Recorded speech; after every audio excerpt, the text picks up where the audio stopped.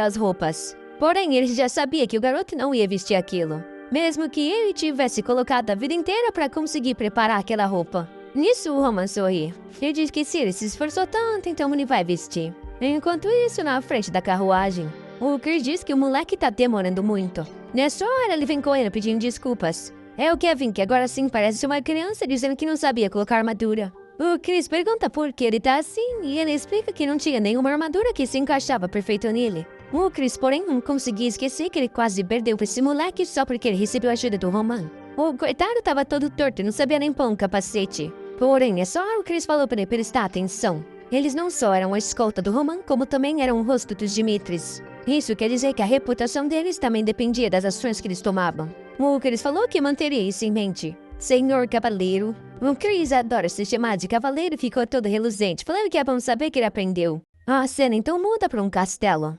Dentro dele estão reunidos vários nobres, todos das famílias mais distintas daquela região. Um deles, com uma taça na mão, pergunta se é verdade que o Roman realmente vai aparecer. Realmente é engraçado ele dar as caras quando quebrou o casamento que ele mesmo queria. Ainda mais sabendo que os barcos estão mirando pelos Lawrence. A garota diz que é por isso que todo mundo considera ele um idiota. Agora a posição dos Dimitri tinha ficado completamente ambígua só por causa do Roman. Outro comentou que ao menos iria participar para, pelo visto, tentar limpar a barra do erro. A garota loura perguntou como era esse tal Roman Dimitri. O cara ao lado só falou que ele deixa uma terrível impressão, já que não é poderoso nem bonito, é baixo e ainda é fraco. Um outro comenta que qualquer mulher tentaria quebrar o casamento se fosse forçada a isso. Nessa hora, o mordomo tosse no meio do lugar e avisa que o filho mais velho dos Dimitri estava chegando. Com isso, nosso rapaz aparece. Obviamente, todo reluzente com seu cabelo platinado. Ninguém conseguia reconhecer. As meninas estavam tudo torta, querendo saber se saía o tal do Roman Dimitri. Não fazia sentido ele tá tão diferente, até porque antes ele era menor que todo mundo. Sem contar que até o cabelo dele tava diferente. A loirinha agora tava parada ali, né, rapaz? E a hora já saiu na direção. Ela disse que era uma honra o conhecer e se apresentou como Sofia da família Gressel. Ela disse que talvez ele não tenha escutado sobre a família dela, já que eles são pequenos. Porém, o pai dela dedicou a vida inteira ao reino de Cairo. Ele disse que conhecia assim, ela ficou impressionada. O Roman avisou que é impossível não saber de uma família que tem uma história de centenas de gerações. Um tempo antes, o Hansen entregou um livro sobre todas as famílias da região norte, mas questionou o Roman porque ele queria aquilo do nada. O Roman respondeu que era o mínimo de cortesia saber um pouco sobre as pessoas que ele iria conhecer. Ele iria saber o legado de cada pessoa daquele lugar e de onde eles vieram. Esse era um esforço requerido para ele ganhar o favor dos outros, principalmente para ele que era considerado o idiota dos Dimitri. O rapaz foi longe nos estudos porque sabia até que eles eram famosos pela qualidade da madeira que produziam, e que também um dos irmãos dela recentemente aprendeu a sentir mana. Ele diz que parabeniza de verdade essas conquistas. O pessoal tá só observando a conversinha, enquanto se perguntam que desgraça é essa que tá acontecendo. Na hora, um outro cara vem se apresentar como Magna da família Volt. O Roman diz que é um prazer conhecer o filho mais velho dessa família. Ele sabia que o Visconde Volt tinha diversas conquistas nas batalhas recentes. O garoto responde que se sente agradecido por ele pensar isso. Uma outra de cabelo rosa vem se apresentar, dizendo que ele mudou muito. Nosso garoto, porém, diz que a Lady Ares está linda como sempre. Com isso, um monte de gente continuou conversando com ele, tudo de sorrisinho. Um outro se aproxima e diz que tinha julgado ele errado até agora porque sempre achava que ele estava bêbado. O Roman diz que estava pensando em beber, mas se esse é o caso, ele vai se abster um pouco. De repente, o mordomo chama pelo Roman e avisa que o jovem mestre está chamando ele na sala de trás. Finalmente, o Roman ia descobrir quem estava causando problema para ele. Do lado de fora da reunião estava cheio de cavaleiro. Cada um daquelas famílias trouxeram seus soldados. O Kevin perguntou que negócio era esse de festinha social. O Chris falou para ele nem se interessar, já que nunca participaria de uma, e mandou ele arrumar o capacete.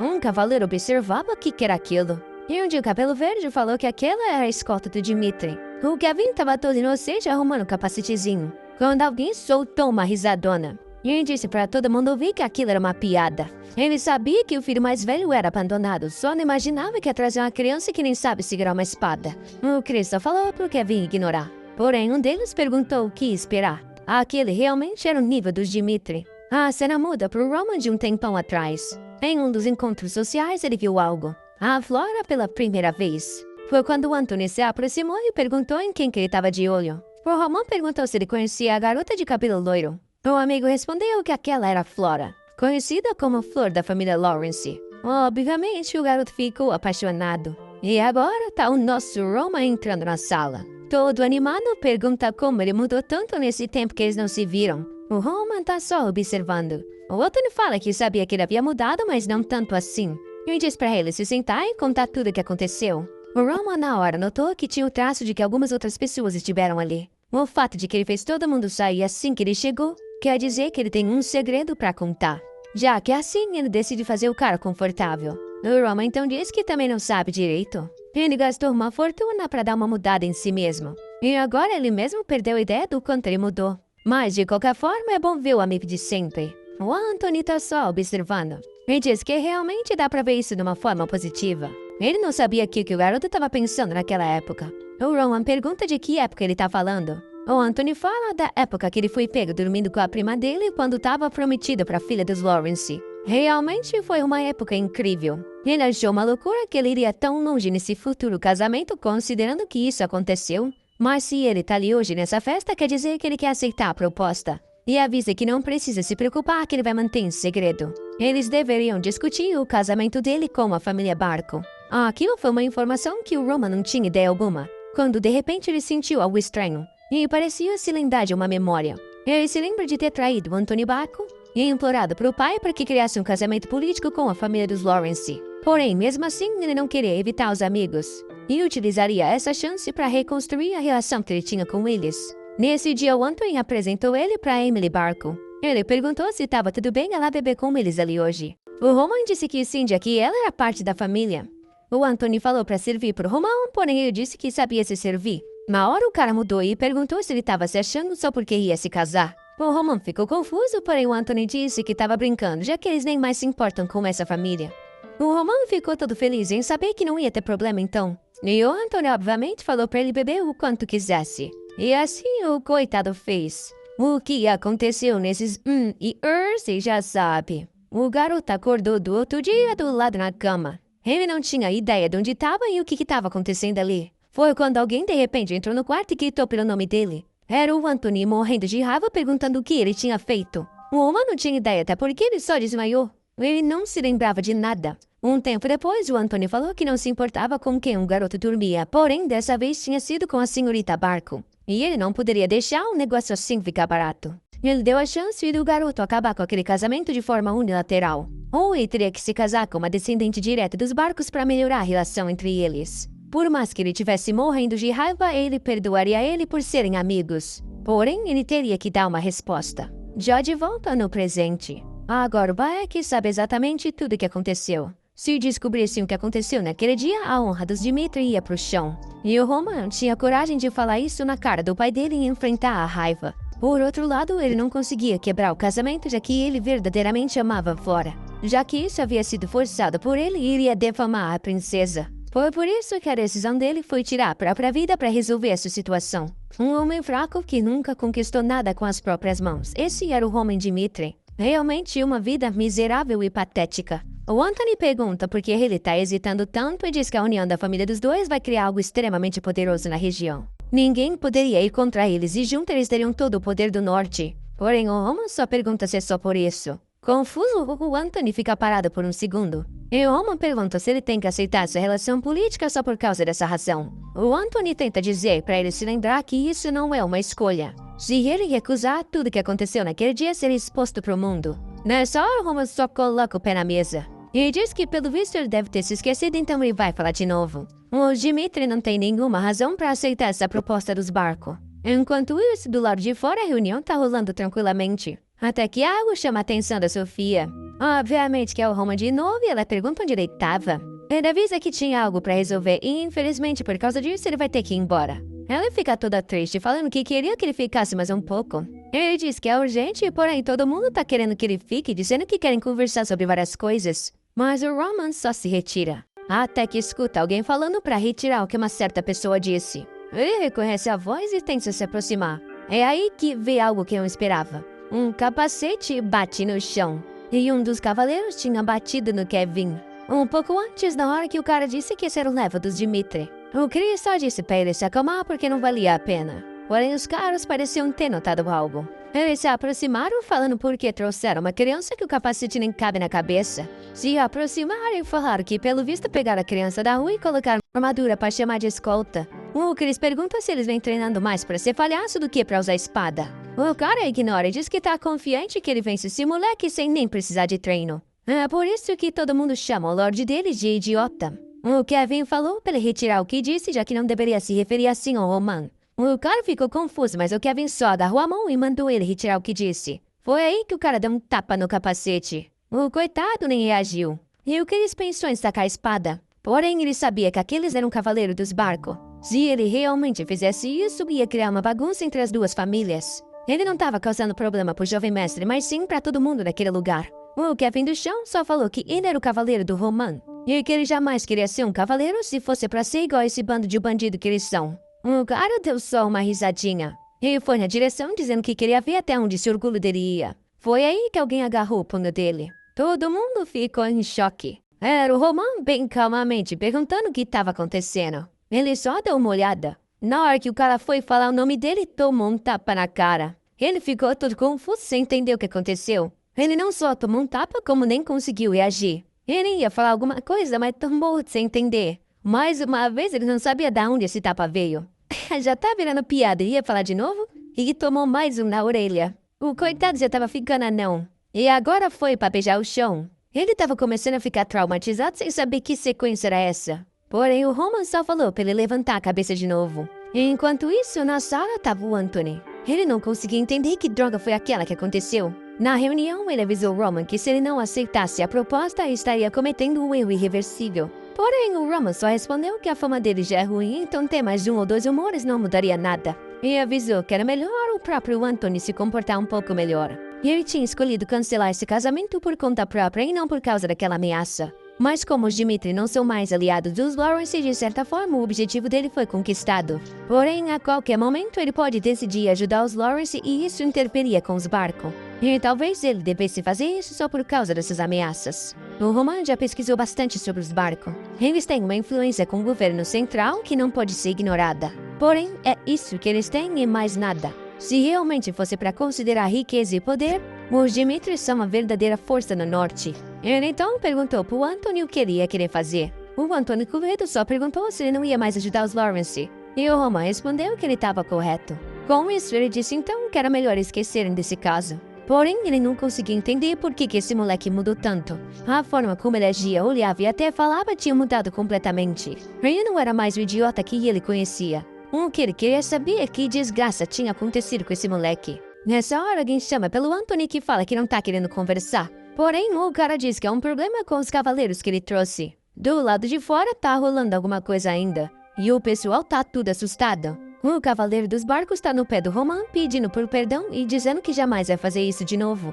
O Kevin falou que o cara já tinha sido punido o suficiente. E o Chris concordou dizendo que ele deveria considerar melhor a relação com os barcos. Porém, o Roman falou que era ele que decidia quando esse cara tinha sido punido o suficiente. Mesmo que ele morresse, esse era o preço pelas ações. Nisso, o Anthony apareceu e perguntou o significado daquilo, avisando que mesmo que o Roman fosse o filho mais velho, ele não toleraria algo assim. E era melhor ele começar a pedir desculpas. O Roman só perguntou o porquê ele faria isso. Aquele cara havia insultado ele e colocado as mãos em uma pessoa dos Dimitri. Ele então perguntou pro Anthony se ele realmente achava que ele estava errado. Que respondeu que, independente disso, ele havia cruzado a linha. O Roman lembrou que se ele continuasse assim, talvez a relação entre os dois seria destruída. Então era bom ele voltar a controlar as ações dele. Como ele não é um cara paciente, ele quer saber o que o Anthony vai fazer agora. Que na hora se lembra que ele ameaçou voltar a se relacionar com os Lawrence. Ele, por mais que odiasse, não tinha opção. Ele falou que realmente vendo essa situação, ele parecia estar certo.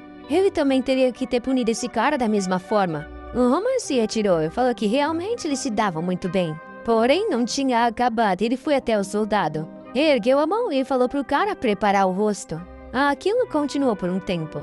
O antigo Roman era uma pessoa que todos desrespeitavam, mesmo sendo da família que é a maior potência do norte. Ele chama o Chris e o Kevin e diz que eles estão indo embora. Só que agora, todo mundo que estava presente não tinha escolha a não ser reconhecer que o idiota que eles ouviram falar não existia mais. No caminho de volta na carruagem estava um silêncio. E o Kevin pediu desculpas já que o Roman havia sido insultado por culpa dele. E o Chris pediu desculpas por não ter feito nada quando eles falaram mal dos Dimitris. O Roman só ficou em silêncio por um segundo. Ele falou que sabia que não deveria ser fácil para eles aguentarem isso até ele chegar, então foi um bom trabalho que eles conseguiram resistir. Ser precipitado só teria levar as coisas ao pior caso, porém, essa não é a resposta que ele queria, já que ninguém no norte inteiro deveria ter a coragem de colocar a mão na família Dimitri. Eles teriam que se lembrar do rosto daqueles caras e jamais os perdoarem. Isso porque o Roman não aceita que ninguém esteja acima dele. E os únicos que podem o seguir são aqueles que estão acima de todos os outros. E eles teriam que se adaptar para viver assim. Já de volta na mansão dos Dimitris, alguém entrega papéis sobre a família Barco. É o Hansi que avisa que ultimamente esses caras vêm tomando umas ações esquisitas. O Roman já sabe que os barcos apareceram na região norte há mais de 100 anos. Porém, só começaram a ganhar relevância quando uma pessoa da família entrou no governo central. O Roman comenta que a força militar deles é bem mais fraca do que ele pensou. O Hansi concorda, falando que é até estranho que o status deles seja tão grande, considerando que eles são fracos assim. O Roman fala que isso prova então o quão forte é o governo central. O continente Salamander tem 6 reinos e Cairo é o menor e mais fraco. Isso porque ele é cercado por todos os outros, então desde o passado sempre foram atacados. Por causa dos fortes inimigos nas bordas, eles foram obrigados a se juntar ao governo central para conseguir sobreviver. Isso porque a autoridade deles no recrutamento é absoluta. Se uma família nega o recrutamento, na hora tropas são enviadas para aquele lugar. Depois que o reino é tomado, as terras são divididas com aqueles que participaram dessa contestação. O Roman acredita que é por isso que os barcos atualmente sejam tão influentes. E o Hansi fala que, pelo visto, só pode ser isso. E agora eles já sabem como eles conseguiram um grande empréstimo do banco. Provavelmente com esse dinheiro eles devem ter comprado algumas companhias mercenárias. E provavelmente a companhia de mercenários dos Berge vai ser contratada, já que eles são famosos por disputas de territórios. O rei se fala que no ritmo que as coisas estão indo, esse ataque até os Lawrence vai acontecer em meio mês. O Roman sabe que se esse é o caso, ele já não tem mais nada para preparar. O Hansi comenta que se os barcos realmente atacarem, os Lawrence vão sobreviver por no máximo um mês. Agora o Roman tá pensando que ele falou pro barco que não ia se envolver nesse caso dos Lawrence. Porém, ele não vai poder viver como Roman Dimitri se deixar alguém ameaçar ele e sair assim impune. Sem contar que não importa o que os barcos façam, eles jamais vão ter poder suficiente para vencer os Dimitri. Seria extremamente fácil vencer eles se ele só pegasse o poder da família. Só que nessa região, por não serem nobres, ninguém vê os Dimitri como ameaça. E ele precisa criar uma oportunidade para entrar no grande estágio desse mundo igual ele fez no passado. Ele então se levanta e fala pro Hans que ele precisa encontrar o pai dele agora. Tá na hora deles ganharem dinheiro com a promessa que foi feita a eles.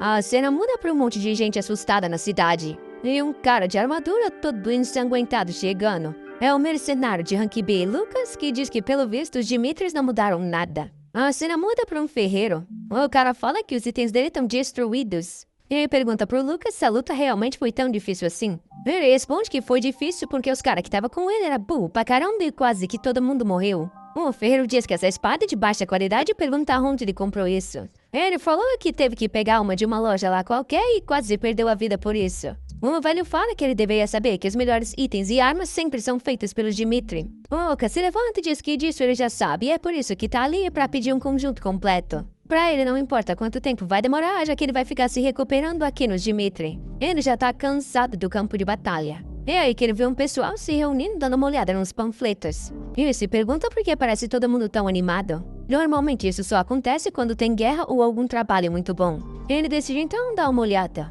E lá tá um aviso de recrutamento.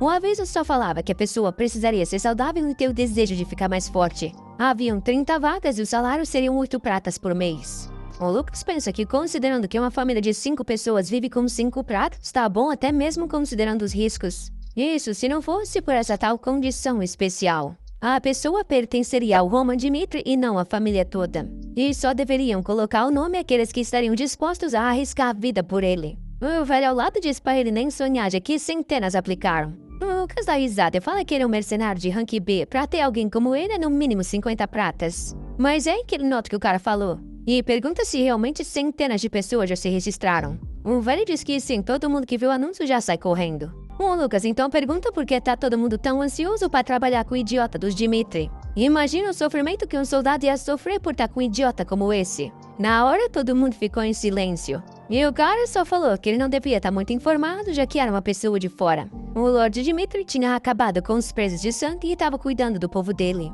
Ninguém acreditou no começo até que ouviram o que o Clark falou. Isso porque, desde que o filho do Clark se tornou um dos subordinados do Roman, a família dele inteira mudou. Ele se pergunta qual era o nome do garoto mesmo. E aí se lembra que era Kevin. Um pouco antes da mansão, o Kevin perguntou por que queria ter uma folga. Porém, o Roman só falou que folgar fazia parte do treino, então ele tinha 3 dias para descansar. Era uma recompensa pelo trabalho duro, então ele deveria aproveitar um tempo com a família. O Kevin só agradeceu. Porém, para ele, folgar agora era esquisito, já que antigamente ele não conseguia nem sobreviver mesmo trabalhando todo dia. Ele ficou se perguntando como é que estava a família, já que ele estava um tempão no castelo. No caminho, o Hans encontrou ele. Ele entregou umas roupas e falou que o Lord Roman havia mandado preparar aquilo antes que ele fosse encontrar a família. Além disso, ele mandou um dinheiro para que ele comprasse alguns presentes antes que os encontrasse. A partir de agora, ele iria receber 30 pratas por mês, então poderia animar um pouco os pais dele. E agora ele estava todo fofinho, andando pela cidade reluzente. Ele nunca tinha vestido roupas tão boas e se sentido tão calmo. Sem contar que era a primeira vez que ele estava trazendo um pão fresquinho para a família dele. Ele estava animado, já que a irmã dele sempre falou que era o sonho dela comer um pão fresco. E ela sempre reclamava quando tinha que comer aqueles pedaços de pedra. E infelizmente não importava o quanto ele trabalhasse, comprar algo assim era impossível. Ainda mais considerando quando a família dele estava naquela situação. Porém, agora não importa o que aconteça. Ele vai ficar mais forte e isso nunca mais vai acontecer, já que ele está sendo guiado pelo Roman. Porém, ele nota algo esquisito. A mãe dele tá bem tranquila. O pai tá até comendo rosquinha e a irmã brincando com as flores. Ele não tinha ideia de que eles estavam vivendo assim. Ele imaginou que eles tinham sido enviados para um lugar melhor, mas não tão assim. E nessa hora eles chamaram pelo Kevin. Todo animados, eles abraçaram o garoto e falaram que estavam com saudades. Ele ia perguntar da casa, mas o pai falou que foi o Hans que entregou aquilo para eles cultivarem. Sem contar que os cavaleiros da cidade também ajudaram com toda a mudança. Do nada, o Kevin começou a chorar e agradeceu o Lord Roman. Porém, foi aí que o pai notou algo. Ele viu o tapa na cara do garoto e perguntou o que era aquilo, querendo saber se o Roman tinha batido nele. Ele explicou que não, na verdade não foi isso. Porém, a mãe falou que ele não precisava mentir. Ele empurrou ela e falou para nem pensar nisso porque o Roman não era esse tipo de pessoa. E foi aí que ele decidiu explicar a verdade. E o pai dele comentou com os amigos no bar, que ficaram assustados ao saber que o Roman bateu em um cavaleiro dos barcos só por causa de um insulto. Na cidade, todos sabiam que os Clark estavam vivendo bem melhor, já que o filho dele estava trabalhando para o Roman. Não só ganharam uma casa, como também uma terra para plantar. A história era tão surreal que o pessoal até comentava que talvez fosse só uma pessoa parecida. Mas agora o sonho das crianças pobres era ser igual o Kevin e trabalhar para o Roman. Todo mundo queria ganhar a confiança dele e melhorar a própria vida. E era por isso que naquele lugar estava cheio de gente. O Lucas não conseguia acreditar em nenhum desses incidentes. O Roman Dimitri que ele viu em um cassino 2 anos atrás jamais faria algo assim. Aquilo fez ele se perguntar o que aconteceu nesse tempo. Mas ele estava curioso, então queria dar uma olhada. Já na casa, alguém comentava que as preparações estavam indo corretamente. Eles proveriam parte dos soldados, porém o Lord Roman cuidaria de todo o processo. Porém, o cara perguntou se ele realmente estava ok com isso e falou que era a última chance de poder desistir. Isso porque desenvolver um exército que depende de uma pessoa é extremamente perigoso. Porém, o Romero comentou que quando ele ouviu falar que o Roman ia participar da reunião social, ele achou que o garoto iria se juntar com os barcos para tirar o irmão dele mais novo da sucessão. Porém, o que ele fez foi ir contra o Anthony e espancar os cavaleiros dele. Mesmo sabendo que o irmão dele poderia se juntar com os barcos e isso acabaria com a chance dele de sucessão. Aquilo fez o Romero perceber que o filho dele tinha começado a viver da forma que ele queria desde aquele incidente com os presos de sangue. E ele, como pai, tá curioso para saber o que ele quer conquistar. O Jonathan disse que tudo bem, ele entendeu então. O Homero pergunta se eles têm pelo menos 50 pessoas registradas, já que com menos que isso seria difícil fazer um exército. Porém, o Jonathan diz que até agora já foram mais de 500 pessoas. Obviamente que o pai não tem ideia do porquê disso. E a cena muda pro dia do recrutamento. Todo mundo lá tá ansiosamente esperando o que vai acontecer. E o Chris vai no fundo e chama pelo Roman. E avisa que todas as preparações para o teste agora já estavam completas. Um dia antes do teste. Em um bar, o Alec está enchendo a cara, dizendo que a cerveja preta do Dimitri realmente é sempre a melhor. Porém, ele não consegue acreditar. Realmente tem muito mais aplicantes do que ele imaginava. Sem contar que tem uns 3 caras barulhentos no canto. Pela placa de cobre do lado da coxa, ele sabe que aqueles são ao menos mercenários de rank C. Os outros que estão no balcão claramente têm experiência de combate. Considerando a quantidade de bars que deve estar cheio de gente assim, o nível dos aplicantes estava muito mais alto do que ele esperava. Porém, isso não faz sentido, já que para pessoas experientes deveria ter um trabalho melhor do que esse. Ele não sabe se é a curiosidade ou o que, mas ele não consegue entender. Nisso ele escuta um cara perguntando para amigo se ele não ia se tornar um soldado dos Lawrence. O cara diz que sim, já que lá é a casa natal dele. Porém, depois de ver o Dimitri acabando com os pesos de sangue, ele acabou mudando de ideia. Todo mundo que não viu diz que é mentira, porém ele estava naquele dia no meio da praça, quando o Dimitri apareceu coberto em sangue e arrastou o líder dos caras pelo cabelo. Pra ele foi inacreditável pensar que o Dimitri veio lá do território dele só pra matar esse cara na frente de todo mundo por ter mexido com o povo dele. A cena daquilo não saía da cabeça dele. Um monte de gente nega o incidente e fala que isso é mentira. Porém, ele estava por lá para ver em primeira pessoa que o Dimitri não era o fraco e idiota que todos os rumores falavam.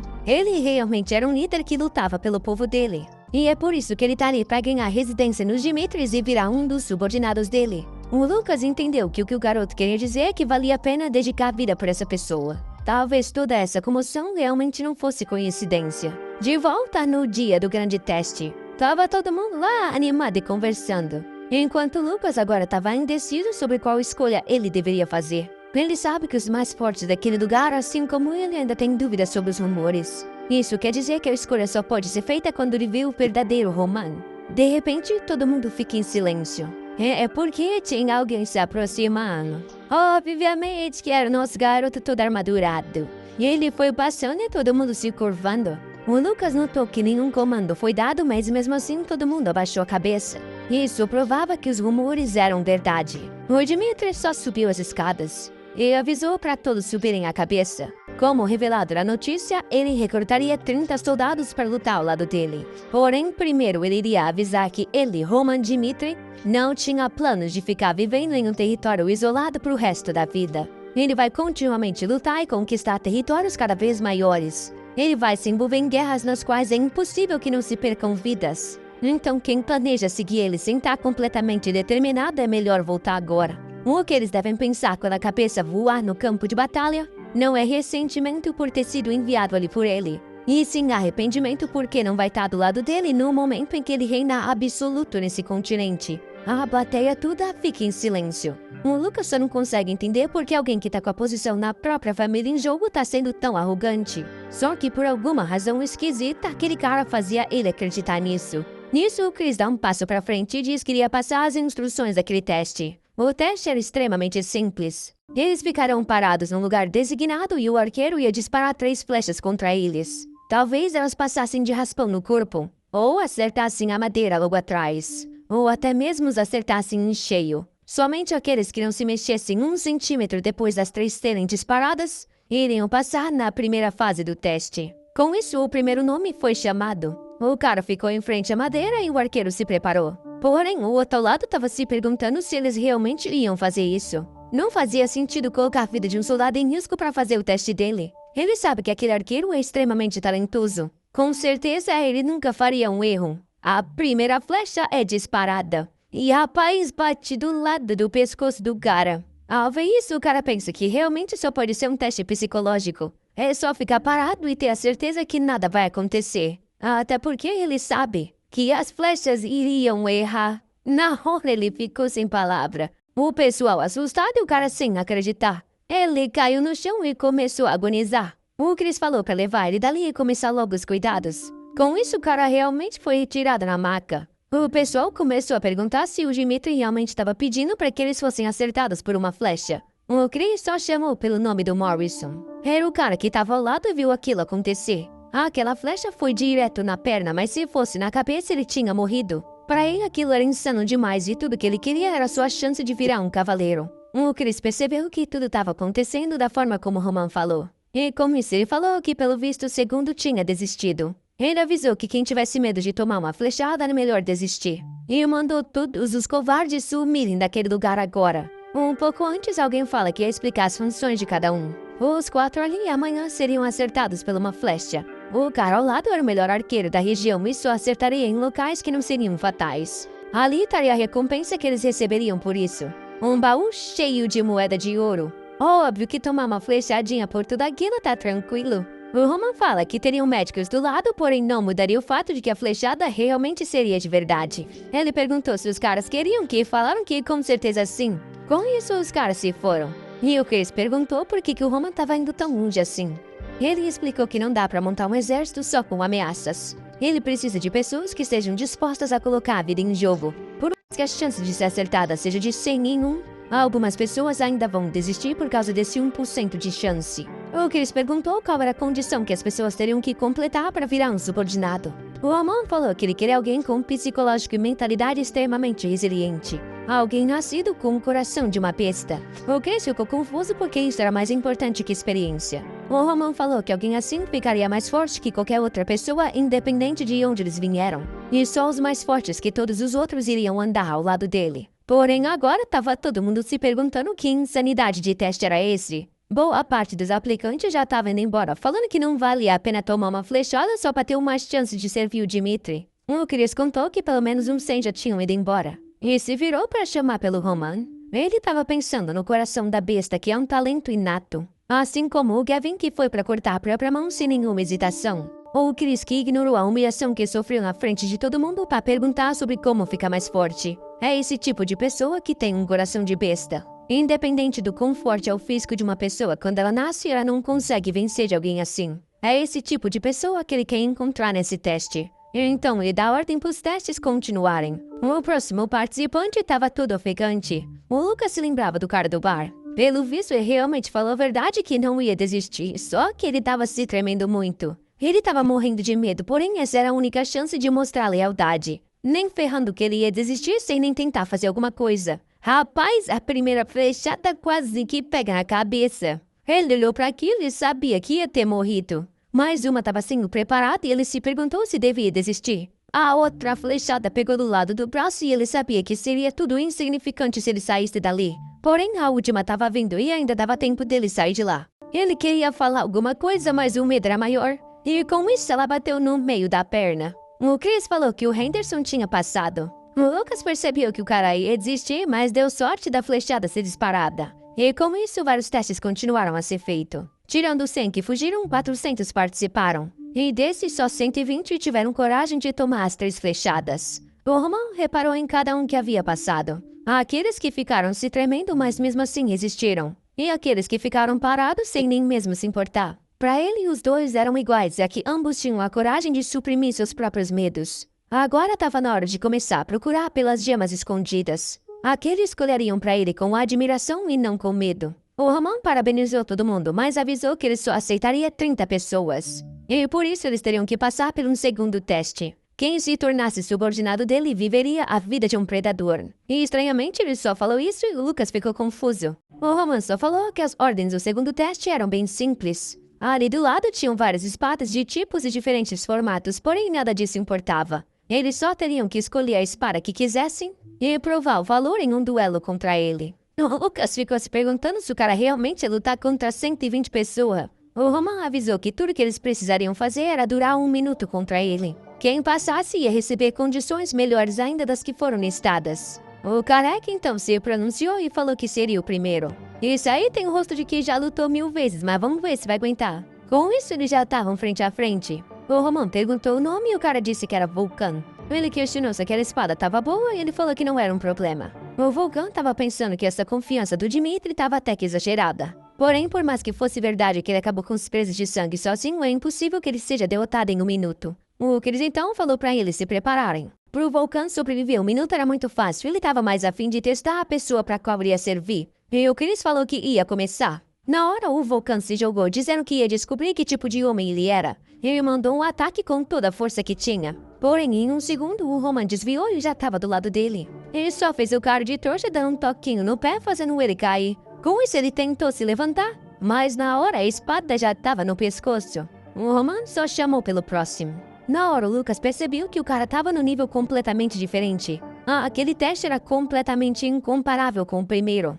Na hora que todos viram o Vulcan perdendo instantaneamente por Roman, eles sabiam quão forte ele era. Porém, todos pensaram a mesma coisa. Conforme mais e mais duelos acontecessem, ele ficaria cansado. e então seria mais fácil vencer ele nesse momento. Porém, metade dos duelos já haviam acontecido, e 60 pessoas já tinham sido derrotadas. O Roman não estava mostrando nenhum sinal de fadiga, e o Henderson estava pensando no que ele disse antes disso começar: sobreviver como um predador caso vencesse aquilo. Ele percebeu que o Roman vive como um predador, uma pessoa que faz o que quiser no mundo que sobrevivem os mais fortes. Todo mundo sabe que nesse momento o Roman ainda é considerado o idiota dos Dimitri. Essa talvez seja a única chance na vida de se tornar um subordinado dele. O problema é que como que faz para vencer um monstro como aquele?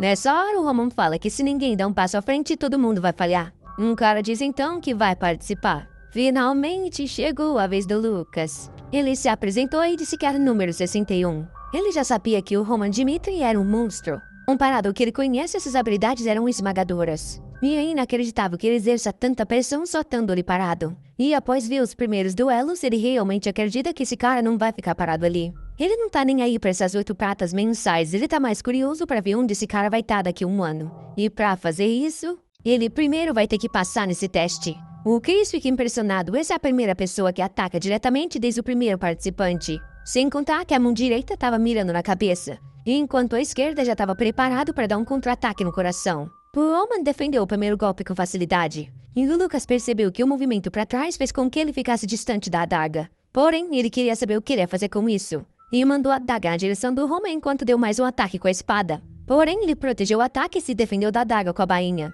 Assim que o Lucas viu isso, ele mais uma vez recuou. Pela experiência dele, todo cavaleiro eventualmente começa a ter alguma abertura, já que eles ficam cansados. Porém, nesse momento, o Roman era como uma fortaleza impenetrável. Só que ele não pode parar agora, já que acabou para ele se ele hesitar por um segundo. Se ele quiser passar nesse teste, ele tem que manter a iniciativa. O Roman sorri e pergunta se o nome dele era Lucas.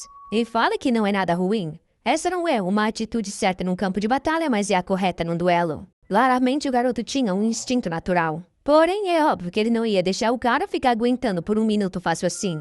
Esse 1 minuto, na verdade, é para mostrar o quão poderoso vai ser o esquadrão que ele vai criar. E o propósito desse teste é cravar a diferença de forças para que eles sempre se lembrem disso. E para fazer algo assim, ele vai ter que acabar com isso de vez. Na hora, o Roman vai para um ataque enquanto o Lucas ainda tá se esquivando. Mas tem que se lembrar que o cara é um mercenário de rank B. Todos consideram aquilo o limite do esforço. Esse é o máximo de uma pessoa comum que não possui nenhum controle de mana. E como a primeira condição para chegar no rank A é ao menos ter despertado a mana, ele chegou no limite dele e não importa o quanto ele se esforce, jamais vai sair do rank B. Porém, mesmo assim, ele sobreviveu. Em um campo de batalha onde incontáveis usuários de mana morreram de novo e de novo, ele ficou vivo. E foi assim que ele percebeu que para sobreviver e vencer, você sempre usa qualquer meio necessário. O Roman acaba não conseguindo completar o ataque. E o Chris se lembra que na regra ele nunca falou sobre não poder jogar areia no olho. A única missão dada é sobreviver por 1 minuto e mais nada. Assim que o Lucas cai, ele já se levanta de novo para atacar. Porém, ele fica parado por um segundo. O Roman claramente estava preparado para se defender desse ataque. Por mais que os olhos dele estivessem vermelhos, ele ainda estava olhando diretamente a ele. Com isso, ele só deu risada, largou a adaga e disse que se rendia. No culto do demônio celestial, a primeira coisa que você aprende antes de lutar é como manter sempre os olhos abertos.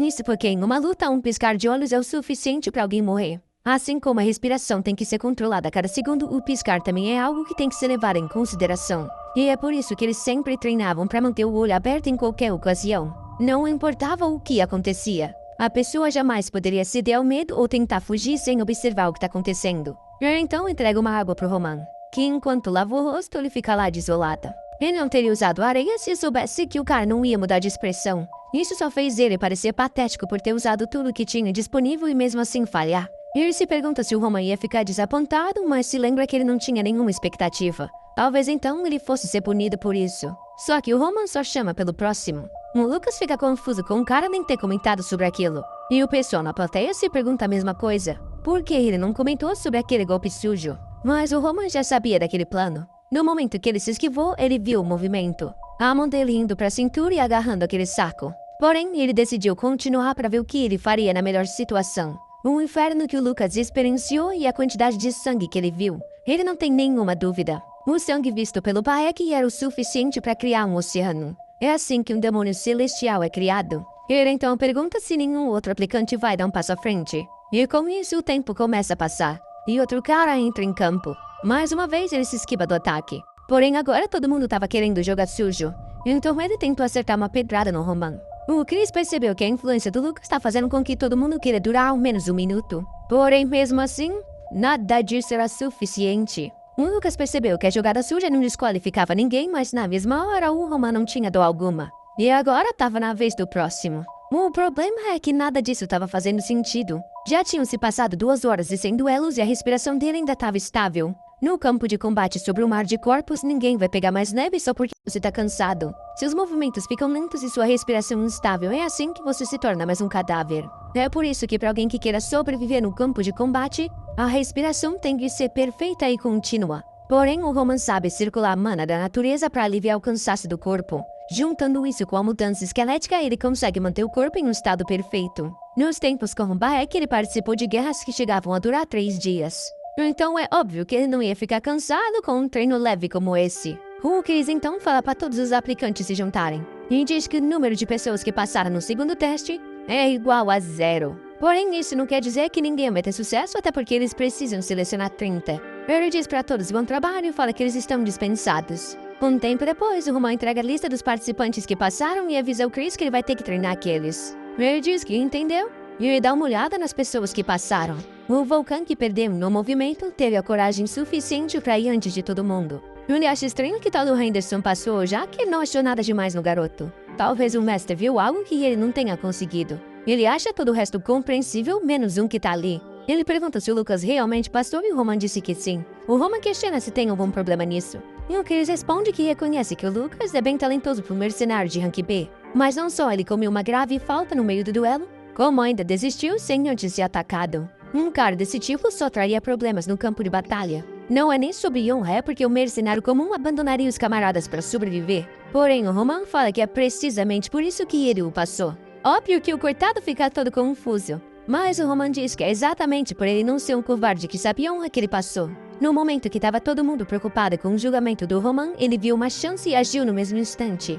É esse tipo de pessoa que sobrevive no campo de batalha fazendo o que for preciso. Então ele pergunta pro Chris por que ele tinha certeza que o Lucas trairia os companheiros dele só por causa de uma falta. Ele se lembra que uma vez o Jonathan falou que quem sobrevive no campo de batalha não é quem sabe usar aura, e sim aqueles que calmamente analisam cada situação e agem de acordo. Ele precisava manter em mente que não importava o quão forte ele fosse como cavaleiro, sempre tinha uma chance de ele ser morto por um desses. Há aqueles que se escondem nas sombras e procuram uma chance de atacar. O Chris percebe que realmente naquela situação era a coisa mais realista para o Lucas fazer. Dessa vez, de novo, ele que não conseguiu observar as coisas direito. Porém, ele então diz pro Roman que tem mais uma coisa que ele não consegue entender. O campo de combate só começa daqui a 5 meses. E é como os nobres fossem 100% forçados aí, já que sempre tem uma forma política de fugir. Então, porque ele que poderia fugir já tá até juntando seus soldados. O Roman diz que logo vai ser anunciado a carta oficial da família Barco.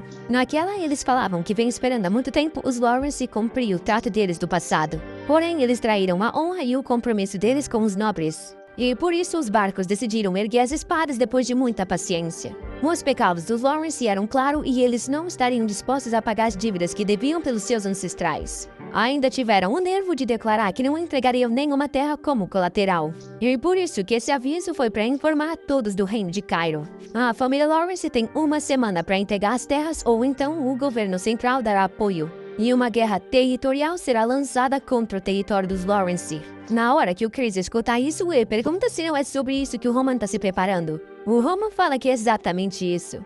Essa tropa vai se envolver na guerra entre esses dois. Enquanto isso, alguém se lembra sobre ter falhado com a família. A pessoa que foi responsável por fazer com que os Dimitris não mais apoiassem os Lawrence. Para Flora, ela era a culpada de tudo que estava acontecendo na família e no território. Ela acorda no meio da noite. Todo dia ela estava tendo esses pesadelos. E ficava sempre se perguntando o que tinha feito. Na mansão dos Lawrence, todos se perguntavam se era por causa do cancelamento do noivado. Parece que ela havia sido recusada pelo Dimitri porque tinha cometido um erro. Porém, agora ela não tá nem saindo do quarto e a guerra contra os barcos vai se iniciar. Parada lá dentro, ela não consegue nem levantar a cama. Ela sempre pensou que ela era uma pessoa inteligente. Ela passou na classe avançada da academia com ótimas notas. Pelo sorriso caloroso do pai, ela sempre achou que fosse uma boa filha. Mas foi agora que ela percebeu que sem o apoio da família, ela não era nada além de uma flor em uma jaula. Um cara ser chamado de idiota dos Dimitris era algo hilário. porque a idiota no final das contas foi ela. Agora ela não tem nem mais confiança para olhar no olho do pai.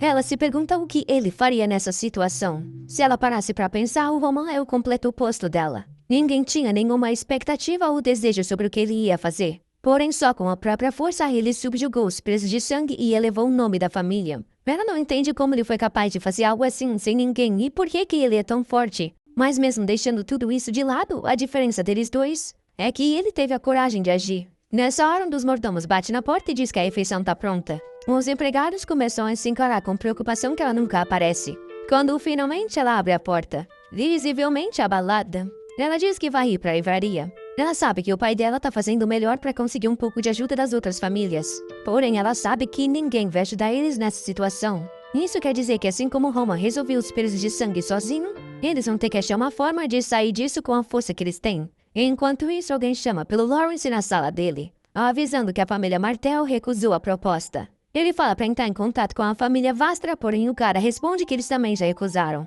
O cara tenta explicar que não importa para quem eles peçam, ninguém vai querer apostar numa guerra contra os barcos. Além disso, sempre vão existir os rumores de quem apoiar eles nessa guerra vai sofrer depois. Além de que no anúncio o governo central fez apoio, então quem não participar também tem chance de receber terras. Enquanto isso, a Flora tá só lendo livros. Ela sabe que falta uma semana. Esse é o tempo que ela tem até essa guerra começar. Ela precisa encontrar a melhor forma de ação nessa situação. Enquanto isso, o pai soca a mesa. Com raiva porque esses bastardos sempre o favoreceram, porém agora nessa guerra ninguém tá apoiando no conflito. Ele pergunta se o Banco do Ouro vai emprestar alguma coisa e ele diz que sim, porém a investigação só vai terminar em uma semana. O que deixa óbvio que basicamente eles vão estar ficando do lado dos barcos. Ele se pergunta se realmente não tem solução alguma. E um dos caras na mesa fala que talvez seja só melhor se render pros barcos. Todo o apoio que eles receberiam dos vizinhos foi cancelado. Então, se rendendo, eles protegeriam alguns soldados inocentes e não perderiam tudo. Ninguém na sala conseguia ir contra esse argumento.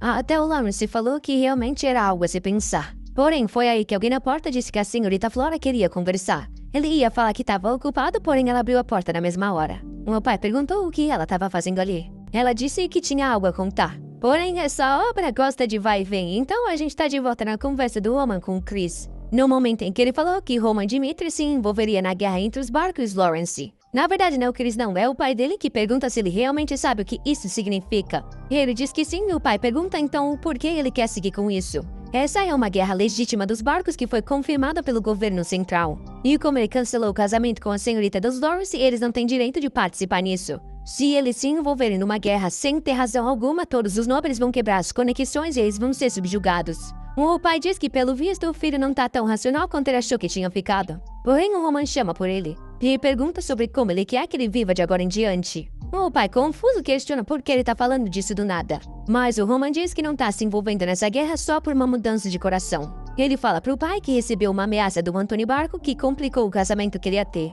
Ele não tem nenhuma forma de planejar, porém quando ele ouviu isso, uma coisa veio na cabeça. As pessoas dizem que os Dimitri são a verdadeira força do norte. Porém, por alguma razão, os barcos ainda pensam que eles estão acima. Como ele é o lorde daquele lugar e não faz nada, ele acredita que pelo visto ele tá satisfeito com essa situação. Porém, ele, Roman Dimitri, é diferente e quer poder. Ele não vai ficar parado e ver o nome dos Dimitri ser manchado, seja pelos barcos ou quem quer que for. Ele tem motivo suficiente. Assim como a guerra dos barcos é só uma desculpa não existente para conseguir mais poder. Nessa nova vida, o Roman sente como se tivesse um oceano sem fim. Mas a identidade dele como vai é que não mudou. Ele vai viver uma vida de dominação. Ele fala pro pai que não tá pedindo ajuda da família, já que vai participar dessa guerra só como Roman Dimitri. Tudo que o pai tem que fazer é assistir. O caminho que ele vai mostrar é a vida que ele vai viver de agora em diante. O pai sabe que seu local de nascença nunca muda, independente do quão grande você se torna. Mesmo ele tendo muito dinheiro e um território próspero, o fato de que ele é alguém comum não muda.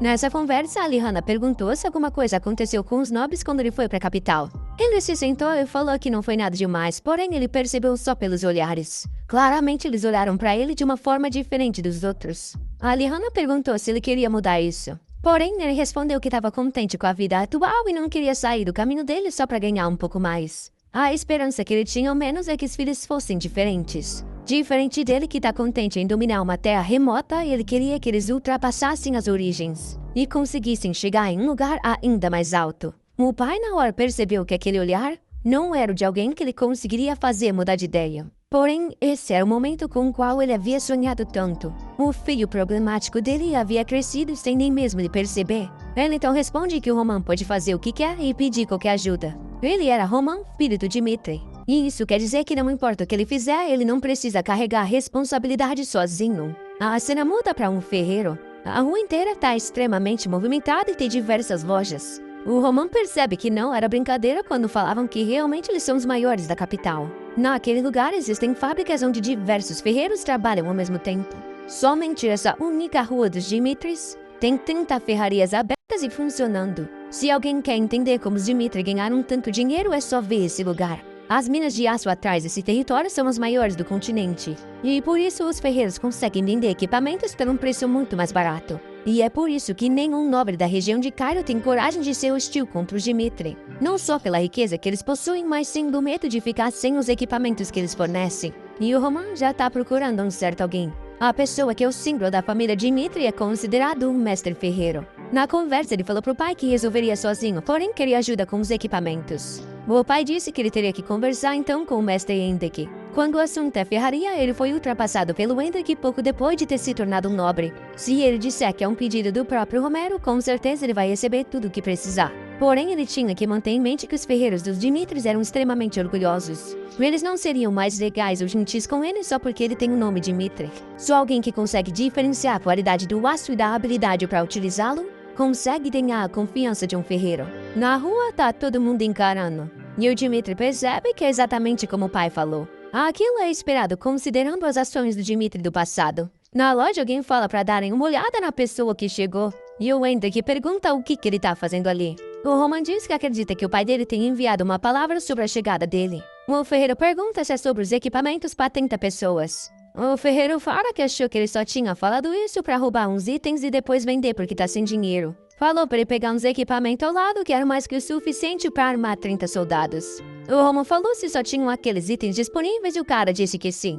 Na hora então ele questionou se aquilo era o melhor que o Hendrik fazia. Ele falou que óbvio que não, porém se ele não estiver satisfeito é melhor sumir daquele lugar. Mas o Roman pega a espada e diz que pelo visto a reputação dos ferreiros desse lugar tá exagerada. Em pensar que ele chamaria algo como aquilo de equipamento para um soldado, ele diz que vai perguntar mais uma vez. Ele quer saber se esse realmente é o melhor trabalho do mestre Hendrik. O Hendrik obviamente esculacha ele falando que os equipamentos ali têm a melhor qualidade de todo o continente de Cairo. E o garoto que nunca suou na frente de uma fornalha estava querendo julgar o trabalho deles. Se não fosse pelo pedido do Romero, ele nem mesmo receberia nada. Enquanto o irmão dele trabalhou muito tempo ali na ferraria para suceder a família, ele estava se cobrindo de mulher nas ruas. Isso quer dizer que o grande lixo nesse lugar é ele e não as espadas no chão. Ele era só o filho mais velho que não sabia de nada e também não sabia fazer nada. O Roman sabia que ia ter que lidar com isso de novo.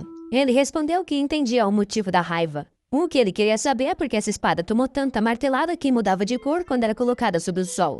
Isso só poderia ter sido feito por um ferreiro inexperiente que não sabia bater no metal. Isso prova que não é um trabalho dos Dimitris e o velho não pode negar esse fato. Ele dá um corte com a espada. E diz que com isso um dos soldados dele morreu no campo de batalha porque ela não atravessou a carne. Um outro soldado ficou com a lâmina presa no músculo do inimigo e morreu com uma expressão assustada. Ele pergunta se isso não é injustiça. Ele fez a melhor escolha no campo de combate, mas morreu como um lixo por estar armado com lixo. O Hendrik ainda não sabe até onde ele está indo. Porém, o Roman pega uma malha no chão e pergunta se aquilo é chamado de armadura. Aquilo não defenderia de um único ataque, sem contar que a distribuição do peso estava toda errada. Isso significa que quem confiar naquilo vai morrer no campo de combate. Os órgãos dos soldados que confiassem nessa malha de metal seriam rasgados ao meio. O Dmitri continua perguntando que droga ele está falando. O Roman pergunta se ele realmente não está entendendo. O Roman consegue entender a frustração desse cara, já que ele aparece aqui do nada e começa a xingar os equipamentos. Ele consegue aceitar esses pensamentos e sentimentos.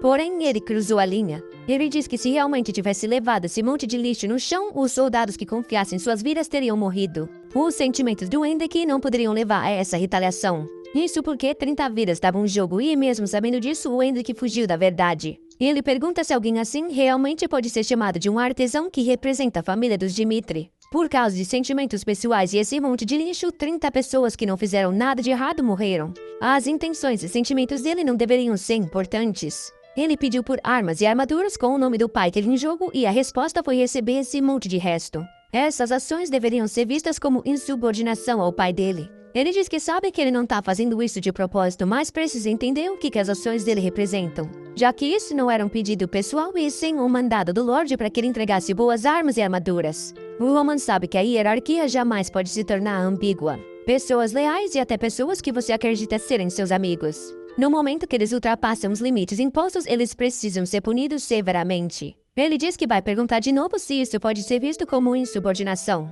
O Hendrik diz que é óbvio que não, e o Roman então pergunta o porquê ele tá querendo entregar aquele monte de lixo. Na hora, outros ferreiros começam a perguntar o que tá acontecendo. Todos começam a xingar o Roman, falando que ele não tem direito de vir ali e ficar humilhando o Hendrik. É um maldito, ainda mais por estar segurando uma espada. Eles querem saber o que ele tá pensando em fazer contra o Hendrik. E na hora ordenam que parem ele. Porém, o Hendrik que manda todo mundo ficar parado. Um cara pergunta o porquê, porém o Hendrik só dá um grito. Se vira pro Roman e pede desculpas. A culpa era toda dele nesse assunto. O Hendrik se lembra quando tomava uma surra do mestre dele por ficar querendo fazer as próprias espadas. Que avisou que ele nunca mais pisaria naquela forja se tivesse intenção de fazer algo assim. Um pouco depois, em casa, ele estava morrendo de raiva daquele porco. Um cara não ensinava nada, se chamava de mestre e só ficava batendo nele todo dia. Foi aí que ele escutou alguém perguntando se eles eram caridade por acaso. O cara com uma moeda na mão disse que sabia que não era o suficiente para uma espada decente. Tudo o que ele queria era qualquer espada e ele prometia devolver muito mais quando conseguisse conquistar o que queria. O corpo dele não era saudável e ele precisava de uma arma para ganhar dinheiro. O mestre respondeu que não ia entregar e o cara continuou implorando enquanto o Hendrik escutava tudo. Porém, o mestre mandou ele sumir daquele lugar logo. Com isso, o cara voltou arrasado para casa. Porém, no caminho, o Hendrik chamou por ele, que perguntou se ele realmente ia ficar com aquela espada de graça. O Hendrik disse que sim e que ouviu a situação dele no ferreiro. O cara queria pagar, porém ele respondeu que não precisava, já que ele ia jogar fora. Ele já ficava feliz que o item que ele fez ia ajudar alguém de alguma forma. O garoto agradeceu tudo feliz. E o Hendrik ficou alegre pela primeira vez ter ajudado alguém. Porém, a expressão dele logo mudou. Quando ele encontrou o cara morto no chão, o corpo dele já estava com moscas. E ao ver aquilo, o Hendrik quase vomitou. O povo em volta comentou que parecia que ele havia morrido numa missão mercenária. Parece que um bandido foi dar uma espadada e na hora que ele foi se defender, a dele quebrou. Todos comentam que é por isso que você só vai pra guerra se realmente tem uma boa arma. Pro Hendrik, aquilo não foi diferente do que tirar a própria vida. Daquele dia em diante, ele jurou que jamais deixaria isso se repetir. Porém, agora estava ele ali, velho, e quase que cometeu o mesmo erro de novo. Ele pede desculpas e diz que vai pagar o preço pelas ações. O Roman fala que se ele está disposto a assumir os erros, então ele não vai levar isso em diante. Ele larga a espada e diz que sabe que ele é um dos melhores ferreiros de lá, então eles precisam falar de negócios. Ele tá ali para conseguir equipamentos pelos soldados e acredita que ele só tentou desobedecer por causa dos sentimentos. Mas com isso ele vai enterrar o erro de ambos na lama. Ele quer armas e armaduras para os soldados e nada mais. O Hendrik percebeu que o Roman deu uma forma de ele escapar daquilo sem receber uma punição. O que ele não entende é como alguém muda tanto em pouco tempo. Realmente, o garoto não é o mesmo de antes. E nisso, o Hendrik jurou que jamais deixaria algo assim acontecer de novo. E como desculpas, os equipamentos dele seriam feitos com o melhor ferro que existe nos Dimitris. E com isso, ele ordena para que todo mundo volte ao trabalho. E então, tudo começa a ser produzido. Enquanto um cara afia uma espada, o Roman pergunta que negócio é esse dele ter roubado uma espada do Hendrik. O cara fala que nessa época ele estava bêbado e tinha perdido a cabeça. Parece que 3 anos atrás ele estava atolado de dívidas e o pai estava cansado de dar dinheiro. Por isso ele entrou sem ninguém ver e roubou a obra-prima do Hendrik. Aquela espada demorou 6 meses para fazer o design e mais 3 só para completar sem ele sair um dia da forja. E mesmo assim, algo tão valioso foi vendido para um cara qualquer por pouco dinheiro. Ele jamais entenderia o que significa para um ferreiro perder sua obra-prima sem achar seu verdadeiro dono. O Roman percebe que o ele do passado realmente cruzou a linha. Nessa hora, o Hendrik chama ele e diz que não o perdoa pelas coisas que aconteceram. Ele tá fazendo o pedido já que ele estava errado no começo, porém ele não aceita um filho do Dimitri e não sabe nada de ferraria. Ele tinha que manter em mente que a fundação daquele lugar era a forja. Se um dia ele fizesse algo com as próprias mãos que não fosse um nicho, aí sim ele o veria de uma forma diferente. O Roma responde que isso não vai demorar muito. E com isso ele volta para a mesma sala isolada onde ele treinou o corpo esquelético. Tava tudo organizado exatamente como ele pediu. Todas as ferramentas estavam disponíveis. E agora era só começar. Quando ele era o Baek, foi aos 18 anos que decidiu forjar a própria lâmina. Quando todos estavam decidindo quem seria o sucessor do culto demoníaco, ele constantemente era atacado pelos irmãos. Ele foi atacado pelo número 11 numa noite e quase perdeu a vida. Foi por pouco que ele sobreviveu, só que a espada não aguentou os ataques. Mesmo assim, o irmão não deu chance dele escapar. Ele conseguiu de alguma forma vencer aquele duelo com uma lâmina quebrada, porém escapou da morte por pouco. Porém, foi quando ele descobriu que precisaria de uma espada feita só para ele. Desde aquele momento, ele visitou os ferreiros todos os dias para aprender sobre como forjar com eles. Desde então, antes de uma batalha decisiva, ele sempre forjava uma nova espada para o atual ele. Após milhares de batalhas, a espada foi mudando pouco a pouco. E a de número 39 recebeu o nome de a Espada do Demônio Celestial. Um tesouro tão raro que era impossível de ser vendido por qualquer preço. E agora, para essa guerra que tá vindo, tava na hora de fazer uma espada pro novo ele. E com isso, o homem começou a trabalhar. Ele já tinha repetido essas ações milhares de vezes. Ele entendia sobre o ritmo e a força necessária. A concentração necessária para focar em um único objetivo. Para forjar algo assim, você precisava estar em um transe. Enquanto forjava, ele se perguntava pelo que ele estava vivendo. Naquele mundo, ele foi obrigado a sobreviver, já que nasceu como filho do demônio celestial e as batalhas caíram sobre ele. Porém, ele nunca viu isso como uma coisa ruim. E nesse momento, a cabeça dele é a mesma e ele vai se manter verdadeiro à sua realidade. Porém, essa vida que ele leva agora não necessariamente ele precisa ir contra todo mundo. E isso mostra que o treinamento dele tem que ser ainda mais firme. Isso só mostra que ele ainda não tem ideia das forças mais poderosas desse mundo. A derrota não podia ser tolerada. Ele então faz um sopro de chamas. Aquela era a arte do demônio infernal. Ela transformava toda a mana acumulada em calor. Por mais que não fosse a melhor que existia, era a única que esse fraco ele conseguiria utilizar. Ele não poderia forjar muitas coisas porque os órgãos dele seriam machucados. Porém, ele desejava um poder que pudesse enfrentar todas as variáveis.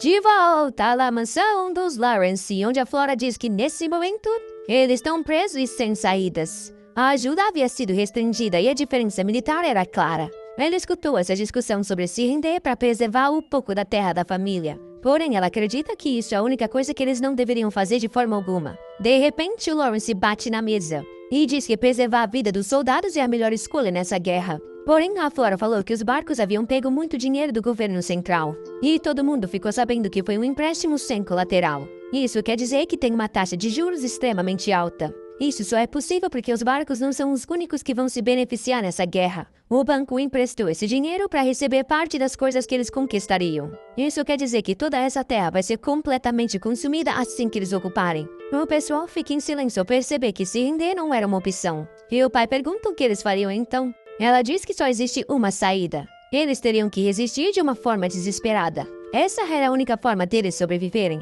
O pai bate na mesa ao pensar na ideia sobre uma resistência. Por um momento, ele tinha algumas expectativas sobre o que ela ia falar. Ele achava que talvez ela teria o discernimento para ver através da situação e pensar em uma medida incrível. Porém, no final das contas, foi só um senso comum. Ele então perguntou se a incrível medida que ela estava pensando era, por exemplo, fechar os portões. Ela disse que não estava falando sobre se esconder. Eles teriam que tacar fogo em todas as colheitas daquele ano e estocar o máximo de comida possível para conseguir resistir, até que o inverno chegasse. O pai perguntou por que isso seria importante. Ela respondeu que isso seria tempo suficiente para os juros dos empréstimos começarem a se acumular. O Banco do Ouro tinha um poder massivo e a influência deles era em todo o continente. Se a guerra não se finalizasse cedo, eles começariam a pressionar os barcos para acabar com aquilo mais rápido. E isso não aconteceria porque o Banco do Ouro pode ser pressionado pela conexão do governo central. E sim porque eles contratariam mercenários que só são movidos com o dinheiro que vem desse banco. Assim que o inverno começasse, um cerco a um castelo não seria mais vantajoso.